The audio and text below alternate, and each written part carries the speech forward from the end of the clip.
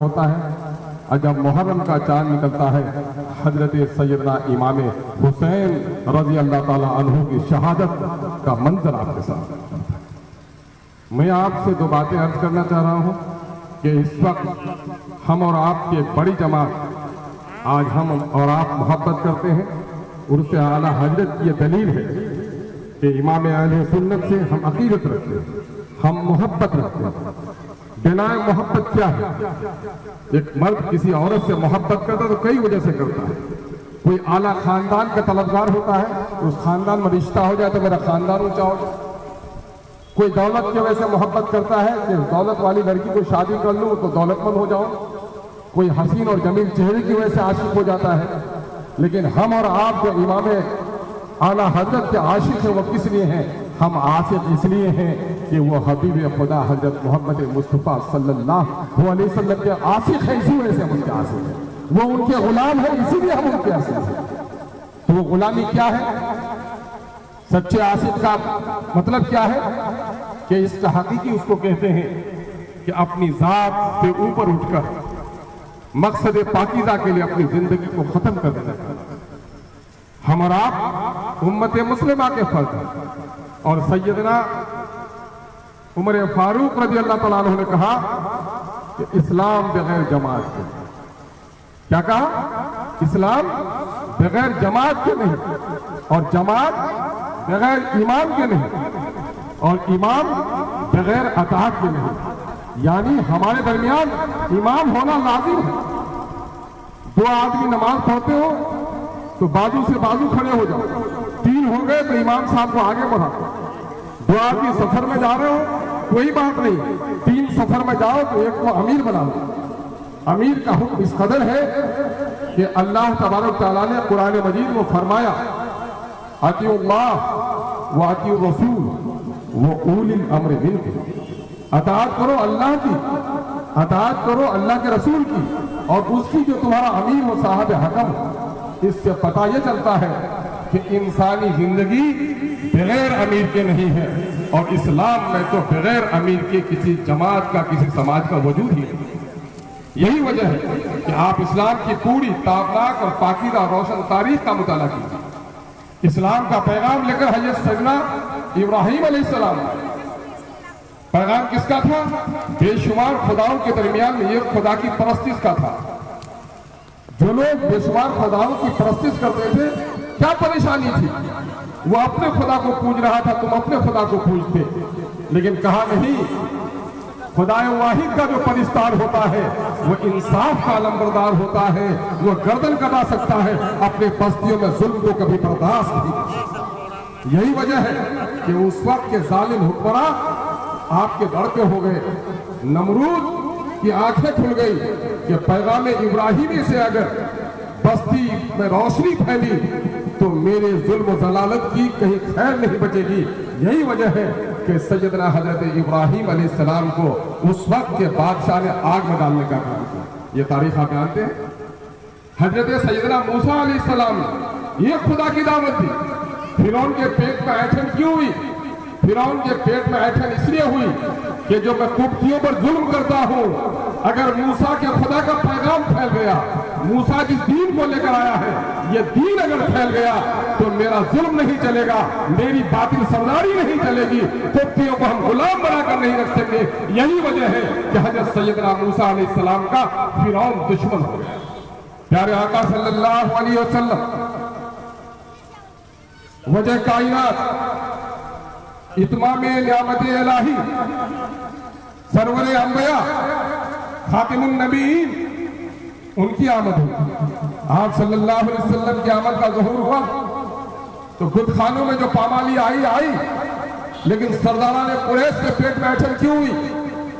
کہ محمد کا کلمہ صرف نماز کی، روزہ کی، زکوٰۃ اور حج کی تلقین نہیں کرتا، بلکہ یہ کلمہ تو سماج میں انصاف قائم کرنا چاہتا ہے، ظالموں کو حق دلانا چاہتا ہے، ظالموں کا پنجہ مروڑنا چاہتا ہے، مظلوموں کا حق دلانا چاہتا ہے، یتیموں کی سرپرستی کرنا چاہتا ہے، غلاموں کو آزاد کرنا چاہتا ہے۔ اس وقت کے سرداروں کے پیٹ میں بھی ایٹھن ہوئی۔ پھر آپ دیکھیں گے حضرت سیدنا امام حسین رضی اللہ تعالیٰ عنہ، नवासे रसूल, बागे जन्नत के फूल, और उनका क्या हक किया दुश्मनों ने? क्या कसूर था नवासे रसूल का?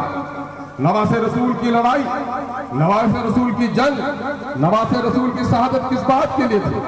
हमारे जिम्मेदार उलमा यहाँ पर बैठे हुए हैं। क्या अकामत सलात की थी? क्या इताए ज़कात की थी?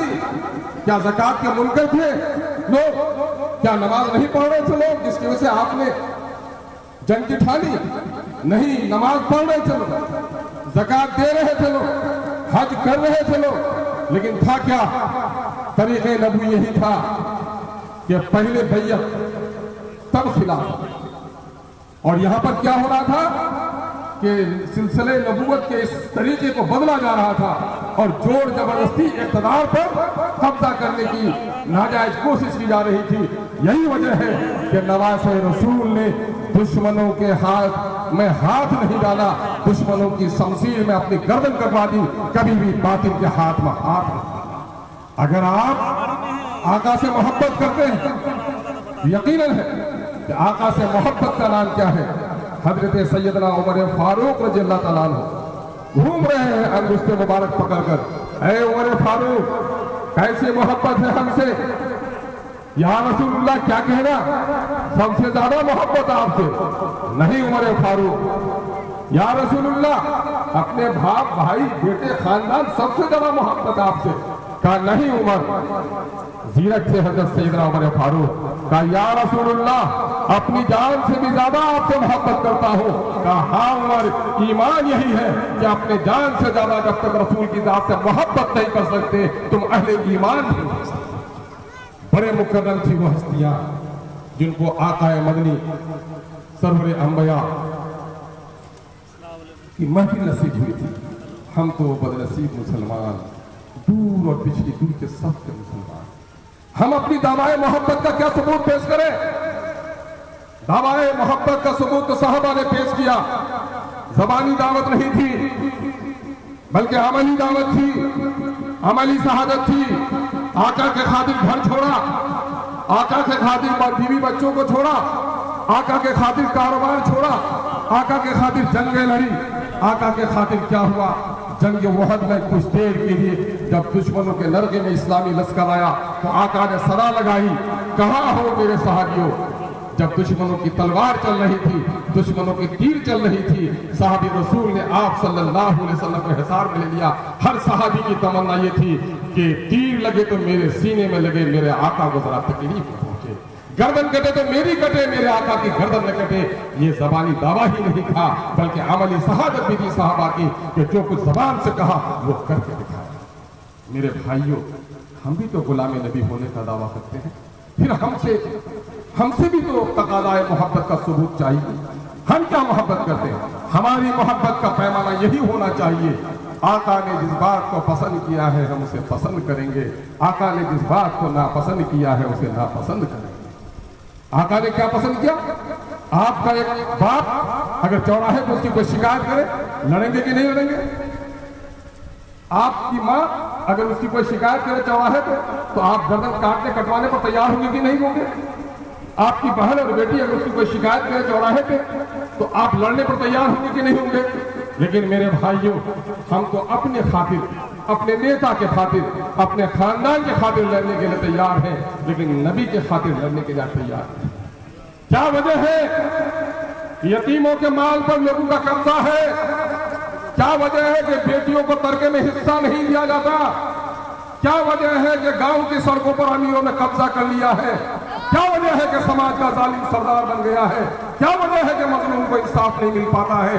अगर नमाजी हो और मजलूम को इंसाफ नहीं दिला सकते हो, अल्लाह के रसूल की यह हदीस सुन लो मेरे बुजुर्गों।